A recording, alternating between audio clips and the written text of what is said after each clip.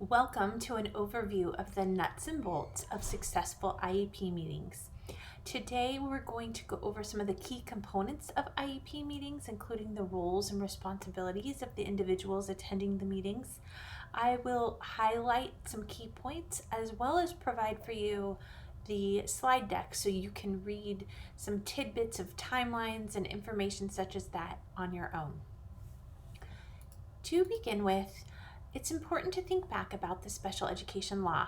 IDEA, which is the Individuals with Disabilities Education Act, is the governing law across the country for special education practices.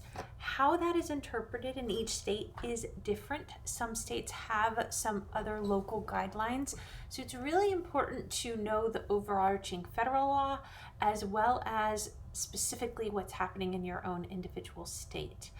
The special education law also comes from the Office of Civil Rights, and what's important to know about that is many of you will never experience interaction with the Office of Civil Rights. However, in some districts where sometimes things aren't going as well, they are able to come in and pull files and interview teachers and ask them about the practices. And so that's why we're going over just best practices in IEP meetings and supporting you and understanding your role in providing information to support student learning as well as documentation to show progress. Some key vocabulary in this area is important to consider. So FAPE is the free and appropriate public education, and in each IEP meeting, which is the individual education plan, you will have an offer of FAPE. It is the offer from the district that is agreed upon with the parents of what is an appropriate education for a child. What governs that is the idea of least restrictive environment.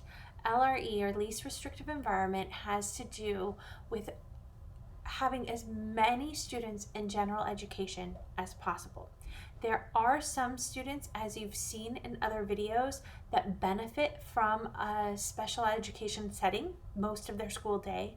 However, least restrictive environment is the default. You always want the student to be in the general education setting as much as possible, as long as it's beneficial to them and does not disrupt the learning of their peers. Within the IEP system is the LEA, or local education agency representative. I need to change the typing on the slide.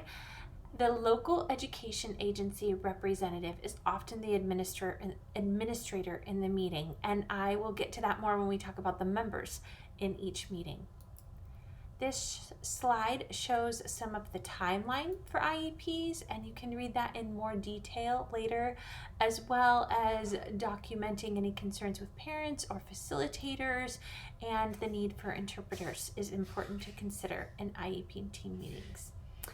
Members of the IEP team. So it is very important that you have parent input throughout the meeting.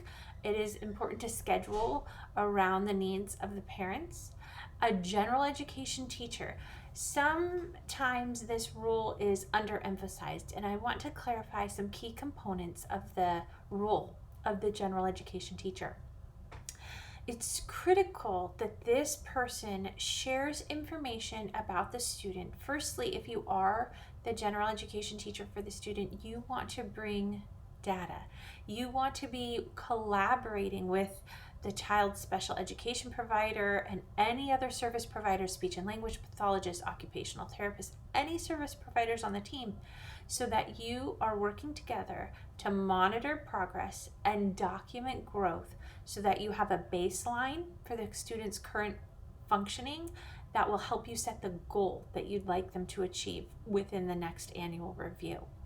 The general education teacher is asked to provide their professional opinion of what accommodations and modifications are needed for that student in order to be successful in the general education setting. Sometimes when a student is in a special education setting for most of the school day, a general education teacher will still need to attend the meeting, but they may not be the direct instructor for that student. That's okay. It's still an important role because that teacher can provide insight into what types of modifications and accommodations would be appropriate and necessary for that child to transition into a general education setting. Because again, least restrictive environment is always the goal. The administrator in the meeting is often asked to be the local education agency representative, and sometimes a counselor can also play that role as well. And this is a critically important role in the meeting. This person has the authority to grant access to district services. So if, for instance, the parents are asking for a one-on-one aid for their child, this is the person that has the ability to say yes or no. It's a common mistake for sometimes an administrator or a local education agency rep to say, I don't have the authority, let me ask my special education district supervisor. That's not the case. They do have the authority, but what they need to do if they're not yet comfortable making a decision is at first always go back to assessment and data. Do we have the assessments to support this? Do we need more assessments before we can make this decision?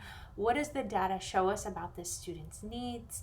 And then also say, let me research this a little bit more and get back to you if they're not fully understanding exactly what the data is saying and they need more time to dig into it. So that LEA rep is really an important role. They do have the authority. The second important thing besides the authority, the second important thing for the LEA rep is the agenda, and we'll peek at one in a minute, but the agenda and sticking to all the protocols of the IEP.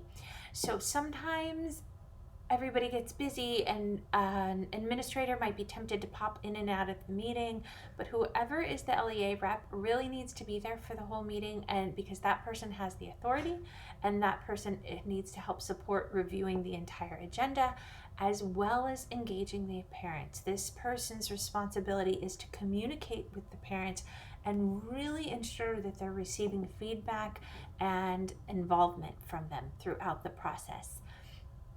In secondary education, often a student is present. When in high school IEP meetings that I worked in, we always had the student there, and once a student is 16, then you really start including more about a transition plan and what services are going to be available to that student after they leave the high school setting. So that's something to consider for secondary school placement.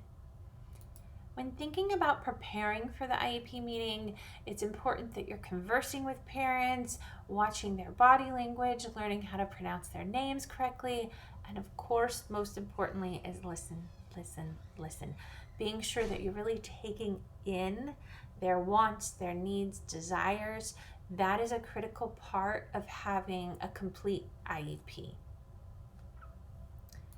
This is a quick peek at an IEP agenda. Again, there will be time for you to review this on your own, but you often need to think about the meeting guidelines and then introducing team members, talking about parent concerns, and then really reviewing assessment and eligibility. When you think about eligibility, some districts are still on this discrepancy model where they look at a student's IQ, they look at the student's achievement, and they're looking for a discrepancy and a processing disorder in order to qualify for them for services. However, that is legally outdated, and what is required is to look at the student's response to intervention. So there's still these kind of competing philosophies in the school setting, and that's why assessment, data, progress monitoring, and goal setting is critical throughout that MTSS process. Even before you get to the IEP, you want to be documenting the student's needs, how you're working toward those needs, and then how that student is responding to that level of intervention. And then you'll know if you need to up the level of supports over time. We talked about the agenda. We taught ground rules is making sure that everybody is focused and on the same page for the meeting.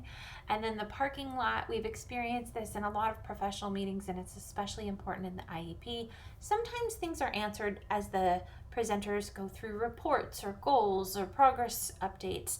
And so we have a parking lot, a place where parents or teachers, anyone in the meeting can mention something, and if it's not going to be easily addressed in the moment and really disrupt the agenda of the IEP, it just moves on over to the parking lot, waits there, and then you reassure the person that you will definitely address the parking lot questions, comments, and concerns before the close of the meeting. Let's see. This is more about IEP meetings, and if a parent does not agree with the meeting, then it's time to reconvene, maybe sometimes with extra district support or after more research has been conducted. And this is again referring back to the offer of faith and the importance of least restrictive environment.